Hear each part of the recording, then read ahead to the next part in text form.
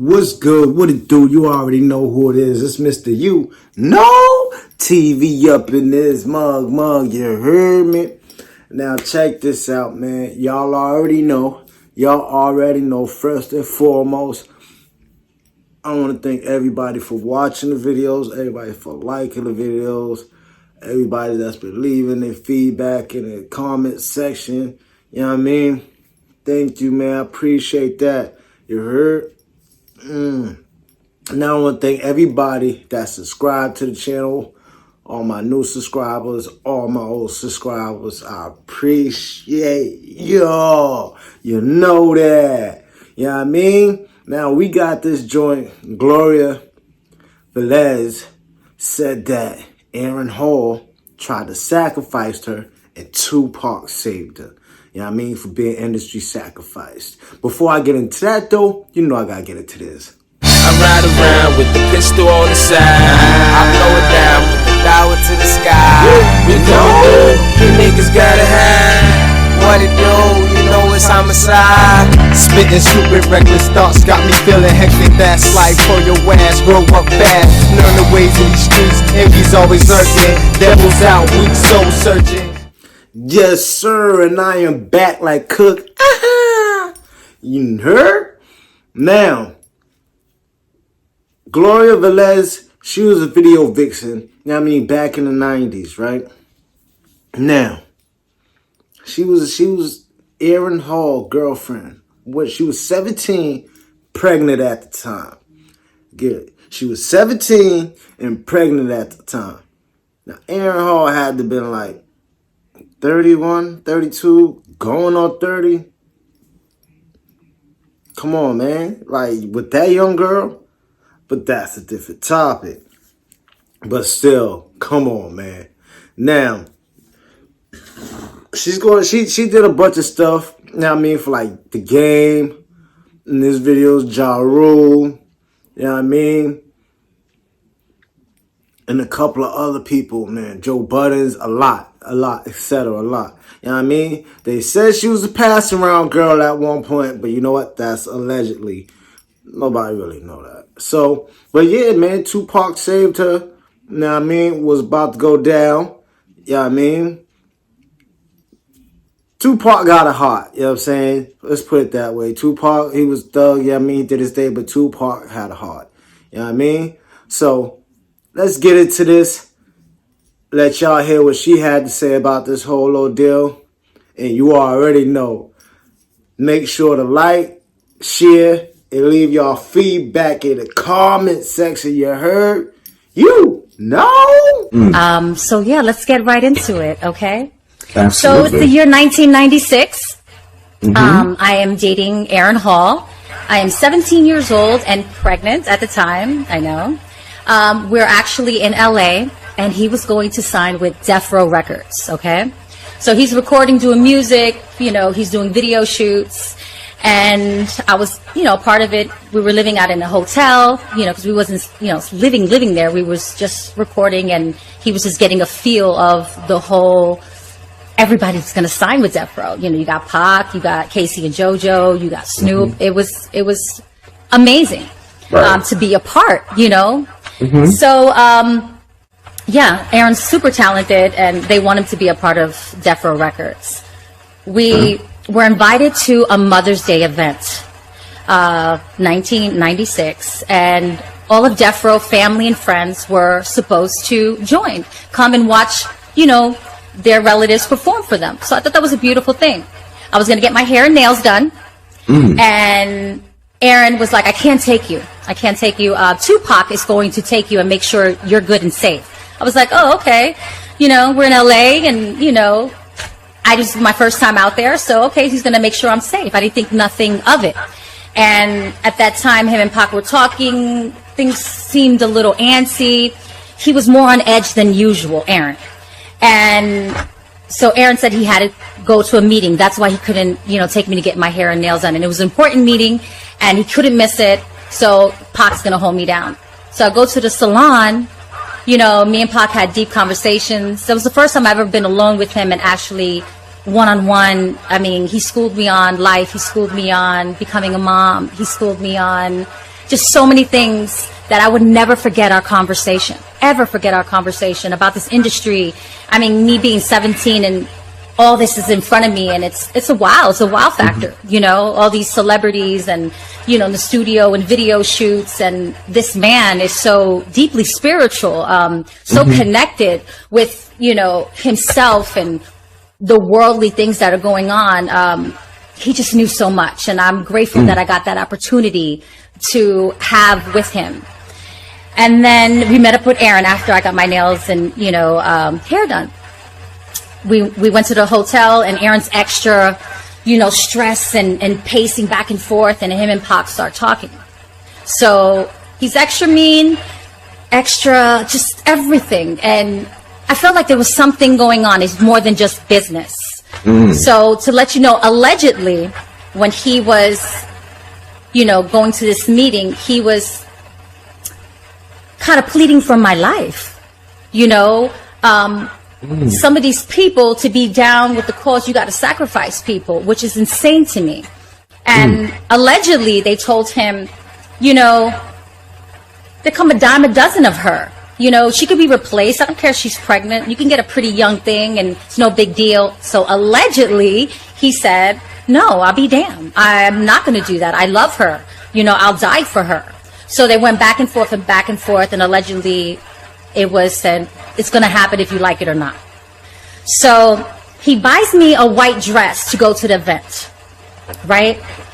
And the day of the event now, we're getting dressed, and he's extra antsy and very mean to me. I mean, he was mean, but he was mean. And everybody knows he was, you know, violent, verbally, physically, emotionally. But you got to understand, I was 17, naive, young, you know, so I loved him. You know, when you love someone, you make excuses for people, you know. You know, he treats you so well one minute, and the next minute he could be so ugly, and then you hold on to the goodness in them, you know. So that's what I did throughout the violence in our relationship.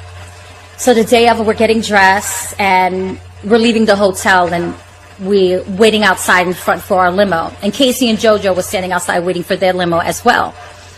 And Aaron was just grabbing me and just being aggressive, and I hate this dress. And I'm like, you bought it for me. Like, what are you, like, you crazy? You know, like, what's going on? Like, why are you so, he was so angry. He wanted to argue with me, but I wasn't giving it to him. I was not. There was something eerie in the air for me, that it was just something different. And Casey and JoJo was talking to him and trying to calm him down and pray with him. So right there, that was kind of a God sent of angel of both of them, trying to calm him down, pray with him, talk to him, and trying to refocus his mind. So I say this before we go into the venue. When he was pleading for my life and telling that, you know, he doesn't want nothing happening to me, but he's still taking me to the venue. You know, I went over this over and over in my head. Why would he take me? Why would he put a white dress on me? It's like, you know, dressing the lamb and giving her to the wolves. You know what I'm saying? Like, everybody has different levels of love, or how they should love someone. Obviously, he doesn't know how to love right. But I would never put my loved one in that situation, knowing that you're going into the wolves' den. You know what's going to happen. You know what they want to do. But you should have take me home on a plane, or say, leave me alone, don't ever talk to me. I play that back over and over again. You know, the ride to I could, like, honestly remember how I felt, the scared young girl, you know, petrified, just emotionally distraught, but so in love with him at the time. Like, literally in love with him. And, you know, I want to give him excuses. You know, that's what a lot of women do when you're abused. We give them excuses after excuses, but, you know, maybe he felt obligated to. You know, he wanted to be famous. He wanted them to be accepted. But you got to have limits and sacrifices, you know, to want to be rich or to want to be famous. You got to have limits. You know, you can't, that limit of sacrificing a person shouldn't be ever. Right. So, we go in the car, we drive to the venue, we pull up, he grabs my hand. You know, the same thing he always says, look at me, don't look at no man. You know, an aggressive person that, you know, super controlling. You know, the same routine. We walk in. So when we walk in, before we enter the venue, of all the people and the cameras and all the family that's sitting down at the tables, this old lady was walking out, being escorted out, actually. A mature lady. She was like in the 70s or 80s-year-old. Had an entourage, and she stopped Aaron and I. She grabbed my belly, and I was only 4 months, but super skinny. I wasn't even showing. And she says, "Don't worry, your son is going to be all right. He's going to be healthy, and he's going to be good," which we didn't know if we're having a boy or a girl. Then she looks at Aaron and tells him, "You know what? You be good to her, and you protect her." And she prayed on us. That's God. God sent an angel right there, because his whole demeanor changed. Because he was trying to get angry in the car. He was trying to start a fight, maybe to justify what's going to happen or was going to happen. You know what I'm saying? You know, I play that over and over in my mind. Like, if that lady didn't stop, or, you know, if she didn't say a prayer, or Casey and Jojo didn't pray outside the hotel, you know, that was God sending him, like, you know, what are you doing, Aaron? You know what I mean? You know of God. You know what I mean? You come from church. Right, so we walk into the venue, cameras, you know, video cameras, taking pictures. So we greet people, still by his side. We walk into the back of the venue, you know, because there's a stage, and so we walk in the back of the stage. He pulls a chair to the side of you know, you see the stage, and there's the back entrance when you're performing and you're waiting to go on stage. So he puts a chair, sit here. I said, okay. But he was serious and aggressive. I was like, damn, he's like, I'm still have no idea. I'm oblivious of what's going on or what's going to happen or what they tend to do. This female, like, runs towards Aaron, and then he walks her halfway, grabs her, and they start talking, and they're in each other's face. So a 17-year-old's mind, you know what I'm thinking? They fucking. You know what I'm saying? Right? She's approaching, she's screaming, so I'm thinking, oh, I'm here, I'm pregnant. You know, she's upset, Aaron's a hoe, you know, he's the nasty man, you know what I mean? I'm like, listen, what's so crazy and mind-boggling to me, like, I would never hit Aaron back, even though he was physically, you know, physical with me. But anybody else that would confront me, I would fight. I was a fighter. I was brave. But with him, I didn't step up for myself until I had my child. Then I was like, enough is enough. But so when she was screaming, and I was like, what up, bitch? Let's go, you know? So that was my mentality. That's hot. Even though I was pregnant, I was like, let's go, bitch. So I'm thinking Aaron's fucking her. She's upset. I'm here. He brought me here. So the mood changed. People started moving towards Aaron and I, men. And then I said, ooh, it felt eerie. I said, something's different. This is not you know, I'm fucking your man. It's a, you know, when you're hard, you feel something's wrong. Right. Okay. And then, so I shut up quick. I like was looking at the room and seeing, I'm trying to figure out what's really going on. Because I see the fear now in Aaron's face. Like, shut the up. You know what I mean? So I see the fear that it's more than just they fucking, right? So within the commotion and people started moving towards, and you see the dudes, Pac runs. He runs towards Aaron, grabs up the girl, and says, nobody f***ing touch her. Points to me. And he goes, she's family, she's Aaron's wifey. I told you nobody fucking touches her. So I looked and I was like, my mind's like, what the fuck is going on? He drags her out the side of the door. You know, there's always like back entrance to lead outside. And it was a back entrance, and a lot of people follow. When Pac moves, people follow. And they followed him outside. And then Aaron standing in front of me like a guard dog. He was like, don't move, don't say shit. And I'm like, yeah, I had no idea what was going on. So we waited patiently until Pac came inside. And, you know, my heart's racing because, you know, your senses tell you something's wrong. That this is not right. You know, especially the people that you see around in the back. You know, it's not like we're in blue tuxedos. You know, we're in an all-white party. You know, we got some thugs. We got some gangsters. You know, it's real live shit that can go pop off. And I got that, but I didn't know how real it was going to get, or what they wanted to do, I should say. So Pac comes in and comes up to us and be like, you know, you guys are good. And looks at Aaron and says, don't stay long. Like dead up like that, don't stay long. And then hugged us and then went on stage. And he's my God, not knowing at that point he was my angel. He saved my life. I mean, I'm happy that Aaron stood up and grabbed, and he was like, no, you know, but I'm mad that he brought me there anyways, you know, because he had a choice. You know, God always gives you a choice. Demons always give you a fucking choice. You know, that was his choice to bring me there to those wolves. You know, a lamb 17 and pregnant. Yeah. So maybe he was contemplating with himself. I don't know if he was battling himself, but Pac saved my life. And I'm grateful that he saved my life. And we stood for a little while and we said goodbye. And before we said goodbye and left, one of the demons came up to me and said, "You're blessed," you know, and said a bunch of other things that I will not say, but I mean, I was looking a demon in the eyes, you know. He was telling me that you almost got, and I felt it in my soul.